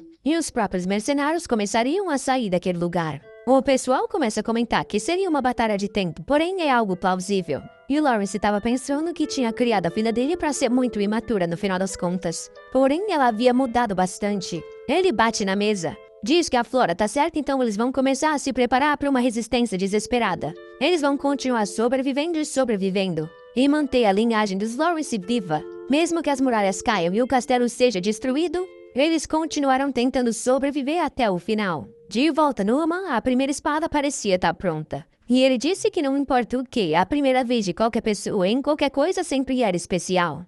Aquela era a primeira espada dele nessa vida. Uma que se encaixaria perfeitamente com o atual que ele era. E o nome seria emprestado desse mundo. Ela se chamaria Salamandra. A cena então muda para alguém se aproximando. Da muralha do castelo dos Lawrence. É um cara carregando o brasão da família Barkon. E lá em cima os soldados são todos assustados. O cara avisa que como mensageiro dos barcos, ele veio aqui dar 3 escolhas. Se eles abaixassem os portões e se rendessem, as vidas seriam poupadas. A segunda opção é que eles saíssem dessas muralhas e viessem para uma guerra justa no campo de batalha. Haveria um juiz do governo central e eles poderiam escolher 2 cavaleiros para participar. Eles poderiam escolher o tipo da batalha e os barcos aceitariam a decisão. O Roman só observou e diz que não acreditam nos barcos. A proclamação de guerra não era justificada, já que o documento dos ancestrais havia sido fabricado. E eles também não tinham a intenção de sacrificar a vida das pessoas dos Lawrence. Enquanto o Visconde falava que jamais desistiria, o soldado disse que a última opção era abandonar o orgulho como um membro dos nobres e prosseguir com a medida desesperada de resistir dentro do castelo. Ele se virou então e disse que a família Barco entendeu os desejos e que eles cobrariam o preço do sangue que vai ser derramado nesse cerco. Na muralha, os soldados estavam todos se tremendo e o Lawrence ficou assustado. A guerra já tinha começado. Na hora, ele mandou os arqueiros dispararem. As primeiras flechas foram atiradas e o exército dos Lawrence já estava avançando. Rapaz, guerra medieval clássica frente a frente mesmo. Enquanto isso, alguém tacava o capacete no chão. Eram os barcos que estavam morrendo de raiva desses insolentes por não estarem respeitando. Eles tinham preparado 3 vezes mais soldados, então por que eles não se rendiam? Um soldado atrás esperava que isso fosse decidido em 1 hora. Porém, o ritmo da batalha estava bem diferente. O cara respondeu pro Lorde que os Lawrence pareciam preparados para esticar esse combate. Eles tinham cavado em volta de toda a muralha e dado acesso ao rio para que os soldados não conseguissem se aproximar. E pela quantidade de flechas disparadas, dá para saber que eles têm suprimentos de guerra o suficiente. O líder não consegue entender por que esses malditos escolheram resistir de uma forma desesperada em 1 semana. Eles calcularam tudo da forma perfeita para que eles simplesmente desistissem. Por que então que eles estavam arriscando se fechar nesse portão? Ele não entendia aonde que o plano deu errado. O cavaleiro pergunta pro Lorde o que eles vão fazer. O cara diz que, óbvio, eles vão usar aquilo. O cara se treme e diz que entendeu. O cara sorri e diz que o Lawrence não é uma pessoa de mente tão resistente. Até porque ele vendeu a filha pros Dimitri quando sentiu a pressão dos barcos. Ele é o tipo de homem que se diminui quando uma crise começa. Porém, na moral, ele estava falando para todo mundo se mover. Eles deveriam se preparar de novo porque não dava para saber quando os barcos atacariam de novo. E o pai falou para Flora que ela estava certo. Os barcos atacaram só para que eles desistissem, mas assim que viram a resistência, eles retornaram. Ela disse que percebeu que ela mesma tinha que se tornar mais forte, ao invés de ficar esperando que os problemas fossem resolvidos. Esse era o caminho na vida que ela decidiu seguir de agora em diante. O pai ficou emocionado e pediu desculpas por forçar ela a se casar com os Dimitris. Para ele, naquela época, era a única forma de eles sobreviverem a isso. Porém, de agora em diante, ele sempre vai acreditar que ela vai ser capaz de fazer uma boa escolha. A Flora ficou toda emocionada. Porém, na hora a expressão dela mudou. De repente, a muralha foi explodida na frente deles. Um único ataque tinha arrebentado a parte da frente. Ela foi dar uma olhada e ver como isso era possível. E lá viu que os caras tinham uma catapulta armada com magia. Flare era um item conhecido nas guerras. Aquelas eram chamadas de armas mágicas. Cada disparo com aquilo é extremamente caro e deveria ser algo utilizado de forma estratégica. Sem contar que não pode ser usado sem a permissão do governo, independente de quanto dinheiro a pessoa tenha. Ela nunca imaginou que os barcos teriam recursos e conexões para isso. E o pior é que só existem 2 formas de vencer uma Flare. Ou você utiliza uma outra arma mágica no mesmo rank, ou eles precisariam sair do castelo e destruir aquilo. O problema é que as 2 opções eram impossíveis. Só que óbvio que eles não queriam desistir assim.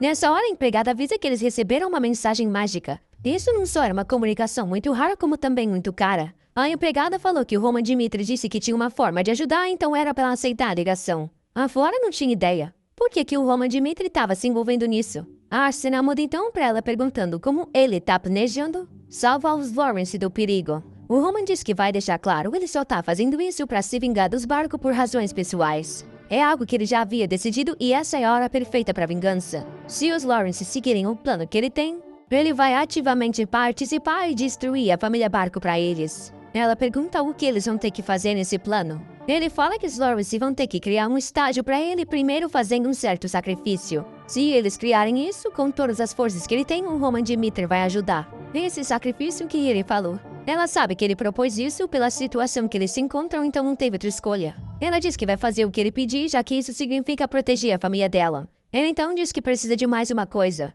Ele vai precisar de uma razão para se envolver nessa guerra. O casamento foi cancelado, então ele precisa de outra coisa. Ela pergunta o que ele precisa. E o Roman fala para ela contar para todo mundo que o Anthony Barco abusou dela em uma das reuniões. Foi essa a razão pela qual ela não conseguia se ver em um casamento após isso ter acontecido. O valor dela como uma nobre seria reduzido a nada e a beleza do título dela de Flor dos Lawrence seria destruída. Porém, se ela desistisse de tudo que recebeu por ter nascido como uma nobre, ela obteria uma causa crucial que resolveria o problema dos Lawrence. Essa é a causa que ele precisa para se envolver nessa guerra. A Flora fica se tremendo. Ele diz que se isso aconteceu antes deles terem cancelado o noivado, isso daria razão suficiente, já que assim ele teria colocado a mão em uma pessoa que era dele e ele jamais perdoaria isso. A Flora pensou no que ele disse sobre o povo que é dele, enquanto lembrava das explosões acontecendo do lado de fora. Lá os soldados estavam gritando e sendo queimados. As muralhas já estavam entrando em colapso e eles precisavam de apoio. Com a voz toda tremida, ela disse que completaria qualquer condição que ele colocasse. E só pediu para ele matasse todos os bastardos dos barcos. O inimigo estava começando a subir as muralhas. E o Lawrence deu a ordem para eles defenderem e continuarem resistindo. Porém, nessa hora um cara de capuz apareceu e se jogou para acabar com a vida do Lawrence. Ele viu que não ia conseguir desviar a tempo. Porém, recebeu um ataque na cara. Rapaz, a Flora tinha acertado uma flechada. O pai se virou perguntando o que ela estava fazendo ali. Porém, ela só falou que eles teriam que abrir os portões e encarar os barcos frente a frente. E perguntou por que ela estava falando isso. Que explicou que o Roman tinha prometido que iria ajudar eles. Enquanto as tropas entrassem no castelo, eles iriam destruir a Flare. O pai perguntou por que o Dimitri mudou de ideia agora. Ela disse que não tinha tempo para explicar, mas ela tinha certeza. Ele era um homem que mantinha a palavra dele. Em um outro lugar na floresta, o Roman estava observando um cristal mágico, quando Chris se aproximou e perguntou se eles já atacariam. Porém, o Roman respondeu que eles não iriam. O Chris falou que nesse ritmo os Lawrence seriam derrotados antes deles se envolverem. A Flare era uma arma extremamente poderosa que destruiria aquela muralha. Eles precisavam seguir com esse ataque nesse exato momento. Porém, o Roman só perguntou por que ele faria isso. Se os Lawrence iria cair ou não era de nenhuma importância para ele. Ele então falou para Chris prestar atenção. Entre a morte de centenas de pessoas que ele não conhece, garantir que um deles não derrame sangue é muito mais importante. Os Lawrence iriam sim perder um monte de gente por causa disso. Mas essa é a culpa deles por seguirem um Lorde que não tem capacidade. Porém, diferente deles, quem o segue não se tornaria um sacrifício sem sentido. O Chris só respondeu que entendeu. Porém, ele não tinha ideia como o cara conseguia fazer uma escolha assim. Nessa hora, os Lawrence deram a ordem para que os portões fossem abertos. E mandou os soldados deles seguirem em frente. O exército dos barcos começou a entrar no castelo. E os Lawrence estavam lá esperando por eles. Um cara de barba vermelha sorriu e disse que eles não sabiam do lugar deles. E rapaz, deu um corte ali que o coitado foi dividido. Aquela era a companhia dos mercenários Berge. O primeiro que caiu no chão já estava gritando e pedindo por socorro. O pessoal começou a ir pra frente, porém todos sabiam que estavam indo pra morte. Da muralha, a Flora continuou dando ordem para que eles resistissem até o fim e não poderiam recuar. Ela sabia que se eles nem mesmo servissem como armadilha, ele não ia aparecer. Porém, de repente, os sons de patas de cavalo foram escutados. Do fundo da base, alguém se aproximava. E o líder perguntou quem eram aqueles. Óbvio que era a cavalaria pessoal do Roman chegando. Para ele, o momento dos soldados arriscarem a vida tinha chegado cedo demais. Ele sabia que a maioria estava inseguro e ansioso naquele momento. Porém, essa era a realidade que eles teriam que enfrentar. E ele prometia que quem saísse vivo viveria a vida de um predador. Porém, no final das contas, era a habilidade pessoal de cada um que decidia quem saía vivo. Ele avisou para todo mundo que a prioridade era chegar na base dos barcos e destruir a arma de cerco. Ele sabia que os Lawrence seriam insuficientes para criar uma boa distração e também ele não esperava muito dos soldados. É por isso que ele vai ser a pessoa que vai liderar a vanguarda. Ele ia massacrar todo mundo que estivesse na frente e abrir o caminho para eles só lidarem com o resto. Porém, eles teriam que manter algo em mente. A prioridade era destruir o cerco. O capitão, vendo aquilo, pensou que era um bando de idiota achando que ia vencer com esse pouco de soldado. E avisou o pessoal para se preparar para acabar com esses convidados malucos. Os cavaleiros ergueram o escudo e as lanças. E rapaz, o Roman foi frente a frente contra. Se aproximou e ergueu a lâmina contra todos. Ele se jogou no meio da barricada e cortou os primeiros. O cavalo dele foi morto, porém o mundo Murin sempre seguia uma regra. O demônio celestial sempre estaria na vanguarda do culto demoníaco. Isso porque ele em si era para ser a unidade invencível. E qualquer um que fosse a ele estava destinado a perder a vida. O que todos se perguntavam é porque ele ficava na posição mais perigosa mesmo sendo a pessoa mais valiosa. No passado e no presente, a razão sempre foi a mesma. Ter alguém tão poderoso na frente acabava com a moral do inimigo. E o Roman anunciou que se ninguém via pra cima, ele ia acabar com todos. O Kevin então gritou para todos seguirem o líder. Com isso, eles passaram massacrando. Porém, o cavalo do Kevin foi atingido. Mas aquilo só deixou ele com raiva. Ele queria continuar seguindo Roman. E por isso ele não hesitou e finalizou o cara na mesma hora. O Chris se manteve focado. Tudo que ele queria era não ficar longe demais do Roman para poder dar apoio para ele. E os soldados fizeram uma barricada falando que tinham que parar esse monstro. Só que eles não tinham chance alguma. E o Roman sabia muito bem qual era o alvo daquela operação. A tal arma conhecida como Flare. O líder dos mercenários chamado Bert reconheceu o Roman Dmitri. Ele sabia que nessa missão os mercenários dele receberiam uma recompensa enorme. E vendo o que estava acontecendo, ele ia ter que lidar com aquele cara. O Roman já sabia que o Bert era um mercenário de rank A, alguém reconhecido pelo próprio reino. E diferente dos outros, ele era um soldado que sabia utilizar mana. O Bert era um cavaleiro de aura de ao menos 2 estrelas. Porém, que ficou assustado ao ver que o Roman não recuou nem um segundo com o ataque dele. A lâmina do garoto já estava envolta numa energia roxa. E rapaz, ele deu um encheio no cara. Ele conseguiu se defender, mas percebeu que ele era forte demais. Com isso, ele foi recuando, tentando se proteger. Porém, o corte passou. E foi 5 segundos para ele cair de joelhos. Aquele foi o tempo que o mercenário de rank A conseguia resistir contra o Roman. Os inimigos ficaram assustados ao ver o capitão morrer assim, enquanto os aliados ficaram todos emocionados. O líder dos barcos mandou que todos matassem aquele maldito. Porém, ele estava só esperneando e os caras falaram que era muito perigoso. O Roman estava curioso com outra coisa. Essa arma chamada Flare, um produto de algo que não existe no mundo Murim. Ele então ativou a arte do demônio dos céus. Aquela era a primeira forma da técnica de espada. E com isso rasgou a Flare no meio. Os soldados do barco perceberam que não tinha chance alguma. O item tão caro que eles trouxeram havia sido destruído. O Roman chamou pelos Lawrence e disse que ele havia destruído a arma de circo dos barcos. Na muralha o pessoal comemorava. Mas tinha alguém mais emocionado que todo mundo. Obviamente que era a Flora, impressionado que ele falou e fez. Para ele era claro que com a destruição daquela Flare, os barcos não tinham nenhuma escolha a não ser recuar. Naquela batalha, o Chris tinha usado a aura de uma forma diferente de antes. Ao invés de tentar fazer a energia explodir, ele tentou manter ela condensada igual o Roman. Alguns amigos o ridicularizaram quando ele largou tudo para seguir aquele cara. Porém, diferente de todos, ele estava crescendo. Mesmo que ele quisesse, agora era impossível negar. O método que o senhor dele seguia era o correto. Porém, aí ele ficou confuso. Os amigos estavam tudo caído no chão, exausto e cansado. Porém, o mais incrível é que todos se esforçaram para seguir o líder. Só que o incrível é que nenhum dos 30 havia nem mesmo se machucado. E estranhamente, as 30 pessoas que ele havia escolhido eram as corretas. E só tinha uma razão para que todas elas estivessem seguras. A pessoa que foi na frente e desafiou a lógica. O Roman se aproximou e falou que eles fizeram bem por terem conseguido sobreviver. O papel deles naquilo agora tinha acabado. Os portões do Lawrence então foram descidos. E o exército do Dmitri entrou no castelo. Obviamente que todos gritaram o nome dele, gritando que ele era o herói que tinha salvado todo o território dos Lawrence. O Visconde não conseguia deixar de sentir vergonha.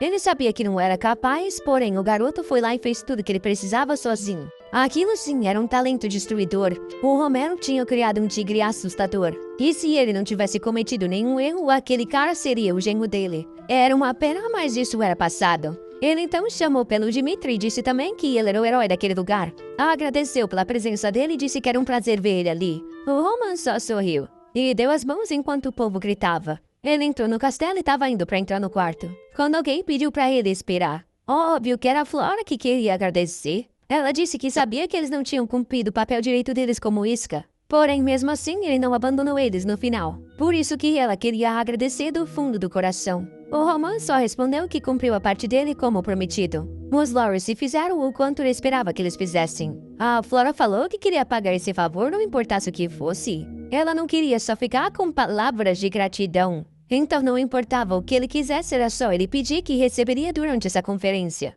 Ela ficaria do lado dele e garantiria que ele recebesse não importava o que fosse. Aí o danado sorriu e falou que se ela realmente queria retornar o favor, ele não iria recusar. Abriu a porta e falou para eles entrarem na sala de conferência. Ele se sentou na cadeira e escutou a conversa entre os nobres. O plano deles era propor o fim da guerra com os barcos porque eles aceitariam. Isso porque os caras ainda tinham muitos soldados e eles só assumiriam riscos avançando. O melhor plano era abandonar o passado e ir em busca da paz. Tudo que o Roman conseguia pensar é que ele estava na sala dos herbívoros. O Visconde concordou e falou que realmente eles não tinham poder suficiente para continuar resistindo aos ataques dos barcos. Eles iam enviar um mensageiro. Nessa hora, Roman perguntou se ele poderia dar a opinião. Todo mundo ficou em silêncio. Ele recebeu a permissão e agradeceu. Ele explicou então que os barcos agora enfrentariam pressão financeira. Eles teriam que pagar os custos desse ataque e ainda mais devolver o dinheiro para quem eles pegaram emprestado. Se eles mandassem um mensageiro para que eles desistissem, tudo que iam receber é a cabeça dele de volta. O pessoal não tinha pensado no óbvio que agora que os barcos estão encurralados, eles não vão recuar. O Roman diz que os soldados lá fora ainda carregam corpos e questiona se ninguém sentiu nada ao testemunhar aquilo. Os barcos não deveriam ser perdoados e eles teriam que mostrar isso para todo mundo. Essa era a chance deles mostrar para o mundo o que acontece com quem decide atacar os Lawrence. O Visconde diz que ele sabe disso, porém o que eles vão fazer se eles não possuem força? O Roman diz que só tem uma forma deles acabarem com eles. O Visconde se viu encurralado. Pro Roman, alguém herbívoro não tinha opção a não ser se tornar presa de um selvagem. Enquanto isso, do lado dos barcos, alguém gritava. Era o capitão que batia na mesa e se perguntava por que o maldito do Roman se envolveu nessa guerra. Um ataque em larga escala seria muito desvantajoso. Agora ele só tinha uma opção. Um combate de 1 contra 1. Cada família manda um representante e o governo central, o juiz que coordena tudo. Um verdadeiro duelo de guerreiros. O Visconde diz que as batalhas de guerreiro já se deterioraram por causa de conexões de dinheiro. Os barcos, por mais que afetados, ainda têm muito dinheiro e as conexões com o governo. É imprevisível saber qual será o mestre que eles iriam chamar para participar de algo assim. O Roman diz que entende o que ele falou. E por isso ele vai dar a certeza que ele tá querendo. A sala fica em silêncio e o Visconde confuso, perguntando que certeza que ele vai entregar. O Roman diz que a certeza que uma batalha de guerreiros seria a melhor opção. Os barcos têm um cavaleiro de 3 estrelas e é provavelmente a pessoa que vai lutar. E ele representaria os Lawrence e lutaria por eles. Ele tem certeza que garante ao menos uma vitória independente de quem que os barcos enviem. O problema é que nada adianta se ele vencer uma e eles perderem 2. Então o subordinado dele, chamado Chris, participaria do último combate. Ele era um gênio que conseguiria vencer até mesmo alguém de 3 estrelas. Se eles saíssem vitoriosos desse combate, toda a reputação dos Lawrence seria ressuscitada. Ele olha para Flora e avisa para todos fazerem a decisão. Foi aí que ela se lembrou da conversa que eles tiveram antes de entrar. Pelo visto, era esse o favor que ele queria pedir. Ela conseguia entender as entrelinhas. Ele assumiria a função de os defender, porém os Lawrence teriam que lidar com qualquer variável desconhecida. Ela só tinha medo do que isso ia resultar, porque para ela aquele cara era muito perigoso. Porém agora ela não podia mais voltar na palavra dela. Então falou que era a favor desse combate. Logo após, o trato foi decidido por ambas as partes. E tudo foi organizado para uma semana depois. Rapaz, agora avançamos. Um cara se apresenta como o Conde Aertes e diz que a Batalha dos Guerreiros é um evento abençoado por Valhalla. Ambos os lados teriam que aceitar todas as regras. E qualquer um que infringisse as regras desse combate seria atacado por todo o reino de Cairo. Ele então ordena que os 2 lados enviem a lista de guerreiros. Na outra mesa, alguém coloca um vinho. O Roman tá só observando a tranquilidade dos barcos. Ele logo nota algo e avisa o Lawrence que eles vão ter que mudar a ordem do combate. Ele fica meio assustado, já que isso havia sido decidido uma semana atrás. Porém, ele diz que o problema foi essa semana em si. Ele achou que os barcos estavam com medo de pagar mais juros. Porém, a verdade é que eles atrasaram isso de propósito. Ele sabia que tinha alguma coisa errada porque aqueles caras não estavam nem um pouco ansiosos. O Lawrence falou que pelo visto eles deviam ter chamado então um grande mestre. E ali do lado tinha um cara desmaiado de tanto beber e morrendo de sono.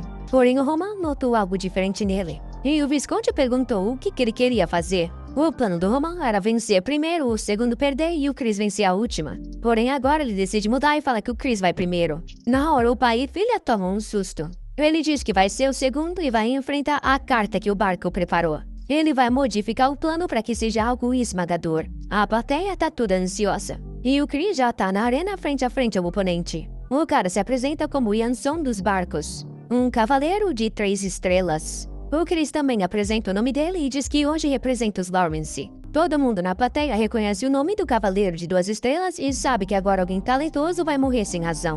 Porém, o Chris tem certeza que para se tornar mais forte, os riscos têm que ser assumidos. Essa foi a razão que ele saiu daquele poço no qual ele estava para seguir o Senhor. A bandeira é movida com a ordem do duelo começar. E imediatamente os 2 se movem. E o Yanson vai direto para um corte de mana. Porém, tem algo que o Chris aprendeu no primeiro duelo com o Roman. A aura é irrelevante até o momento em que ela toca o corpo do oponente. Desde que ele não seja acertado, as 3 estrelas do K são irrelevantes. Ele precisava continuar se esquivando até encontrar uma oportunidade. O Yansen continuou golpeando e perguntando até quando esse rato ia se esquivar. Pulou na direção e mandou ele morrer. Lucas percebeu que o cara tinha expandido a aura inteira dele no campo. Era algo que ele não tinha como esquivar, então queria fazer. Porém, ele se lembrou que o Roman falou para ele se distanciar da lógica que os outros seguem. E aí ele se lembrou de um detalhe. Uma explosão sem sentido de mana não mostra o verdadeiro potencial de uma aura. Todo movimento do ataque deveria seguir uma única direção. E o poder inteiro da aura ser concentrado em um único ponto.